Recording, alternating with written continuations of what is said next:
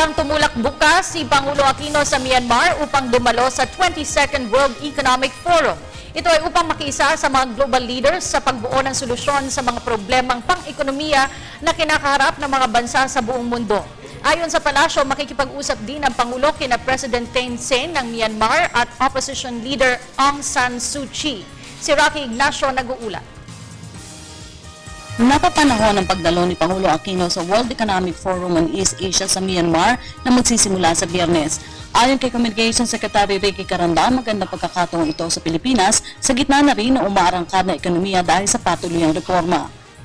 Dito gaganapin ang taunang World Economic Forum on East Asia sa harap na rin ay pinatutupad na economic at political reforms ng Myanmar.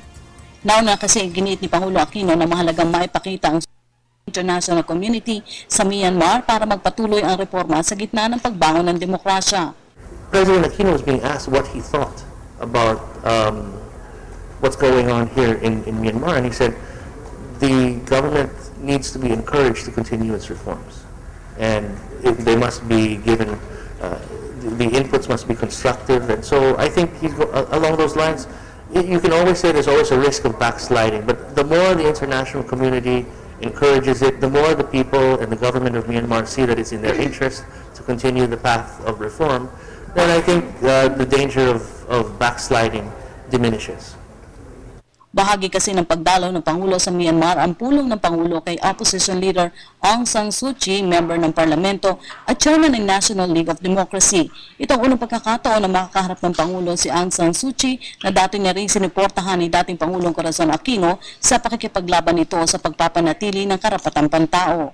President Cory Aquino was one of the leaders during her time that was very vocal in support of Aung San Suu Kyi and human rights and democracy in this country, in Myanmar.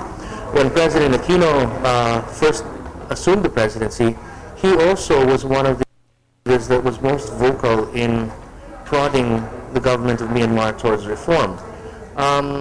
It should also be recalled that when President Thein Sein and the government of Myanmar did begin to implement vigorously the kind of economic and political reforms that the world, that the international community was asking for, it was President Aquino who was one of the first leaders who encouraged the initial moves of the government of Myanmar.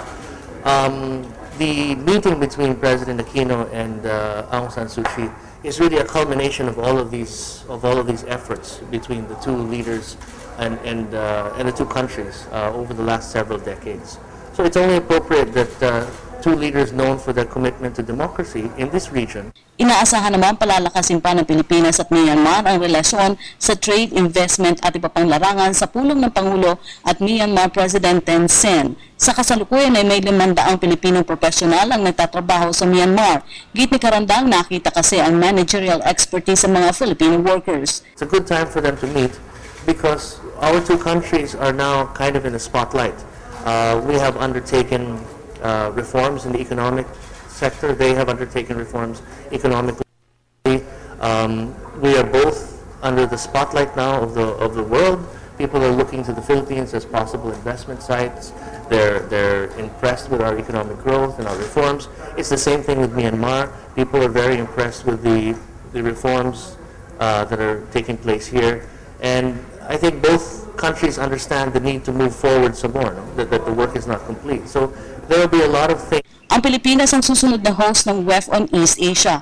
Ayon kay Carandang, isang Manila na posibleng lugar na pagdausan ng naturang pulong. Para sa Telebisyon ng Bayan, Rocky Ignacio, Nipido, Myanmar.